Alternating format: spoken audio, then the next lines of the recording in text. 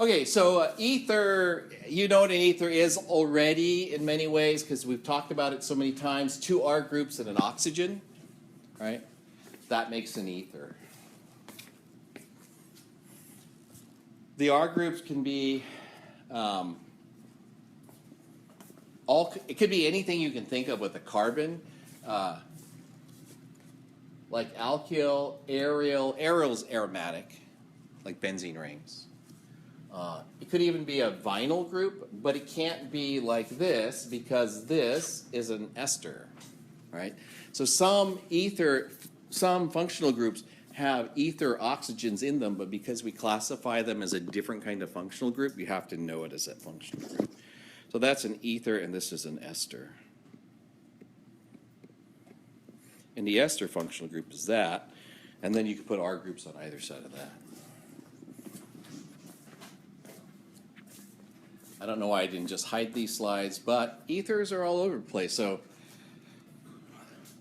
yeah, there's Prozac, morphine, vitamin E.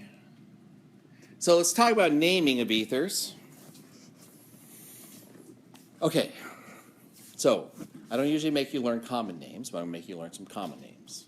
The common names for ethers are really easy, and if it's not easy, then it has to be named systematically. Okay.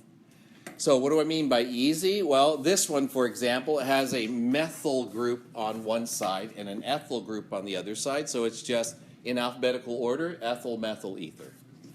So you just name the things on either side of the oxygen. And if you can't name them with a common name, then you have to use a systematic name. Make sense? Yeah. On exams, I will make you know how to do both. So I might say, give me the common name for, or give me the systematic name for, or give me both, or draw all the constitutional isomers with ethers and name them all. Those are the lovely ones.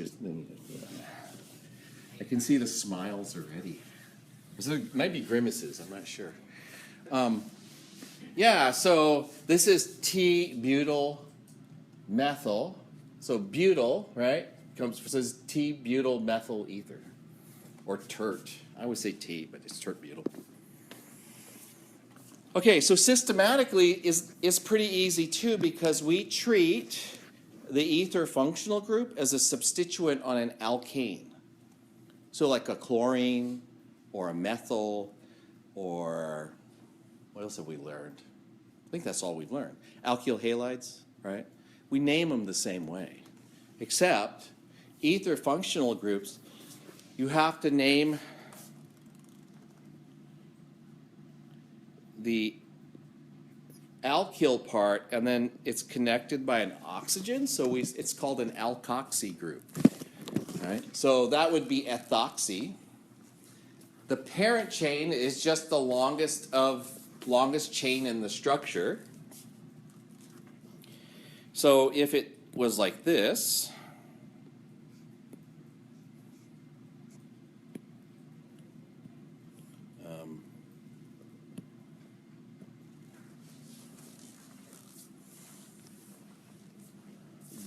what's the parent chain?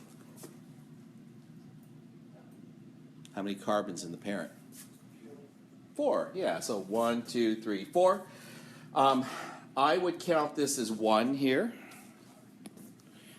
simply because it allows the ether to be put onto the lowest numbered carbon, right?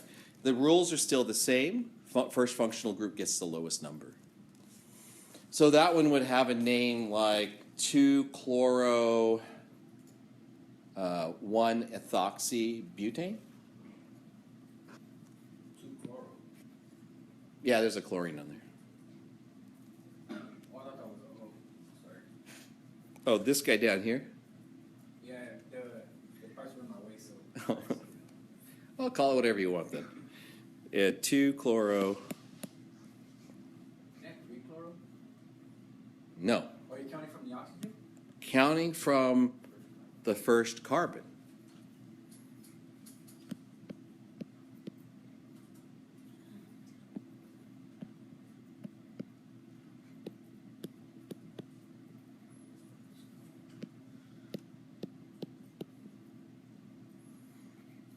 you show me, Dr. K? I'm confused. Oh, ethoxy. I did methoxy, yeah. Hang on just a second. And then butane. Okay, so this oxygen is not part of the parent Oh, okay. because it's part of the alkoxy functional group. It's part of the ether. So this is how we deal with ethers is we treat the oxygen and everything attached to it So as the first carbon is beyond that oxygen. yeah. Okay. So it's this one here. Uh-huh. So 1, 2, 3, 4. Yeah. So let me give you my butane. Yeah. So that's pretty straightforward. But where it's not straightforward is if there's something on here. And it's still kind of straightforward. Is it too low on the screen? Here, I'll tell you what.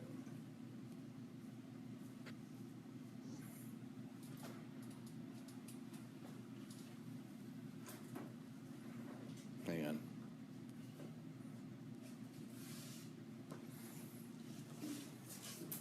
There. Oh, I put it too far to the right now. Great. Hang on. I'm going to try to grab this guy, move it over. I didn't realize it was quite so large.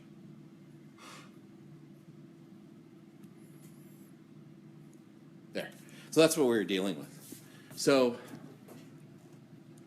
if I put, I'm going to change the structure just a little bit. I'm going to erase the name so I can change it.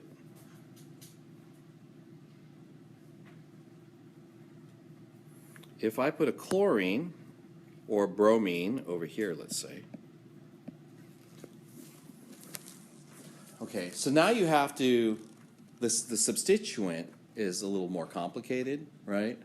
So what you need to do is you need to know how to number that, and you always, for these attached ones, this is the number 1 carbon. It's the one closest to the parent chain, okay?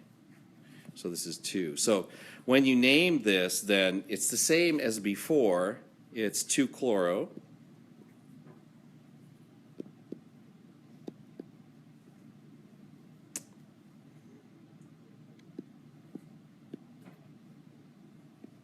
And then it's 1, right? But now you have to name it. It's compounded. So then it becomes 2-bromo ethoxy.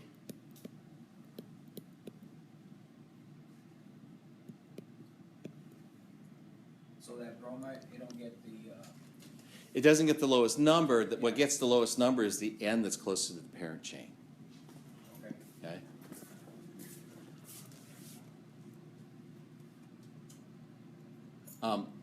So you just say the substituent, So in essence, what I did is I named this as 2-bromoethane and just changed it to oxy and plugged it in. what if it was, so you always either put 1, like what if it was 1, 2, 3, and then go?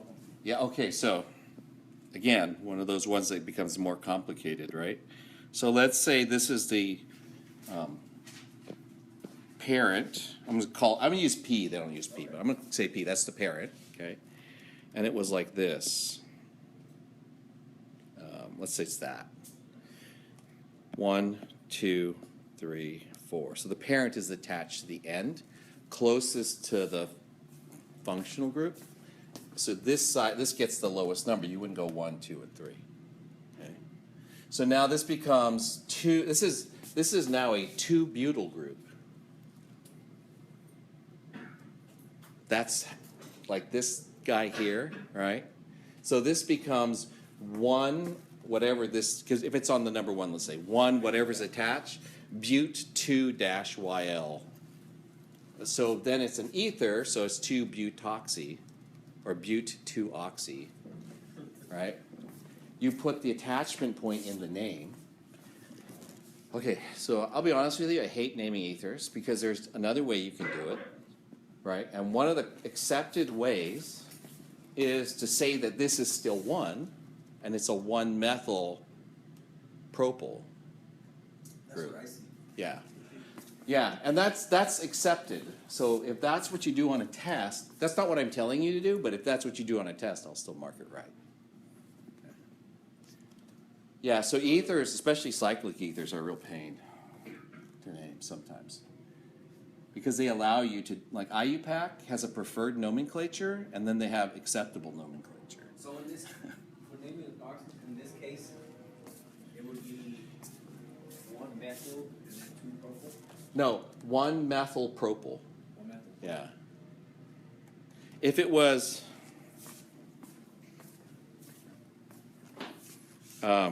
if it's, okay, if it's like that, right? That's actually can be named two ways. It could be named 2-propyl, 2-methyl 2-propyl, because it's a propyl attached at its second carbon, or it could be 1,1-dimethyl ethyl, and either one of those is acceptable. Okay. But you can either name it so that the substituent, the chain that's coming onto it, has the lowest possible number, Yeah. or you can just name that as the number 1 carbon, and then the longest chain coming off of that's the parent. So whatever substituent is closer to the oxygen, that's what you put as a name, right? Whatever substituent is closest So to it's like oxygen. the one's closest, so it's 1 and then 2 bromoethoxy. Yeah. But over there. Yeah, so let's stop now because we're like over time now, but we'll pick up with this. I'm going to do the 1-minute essay if you have time to do a 1-minute essay. Go ahead and write down your question.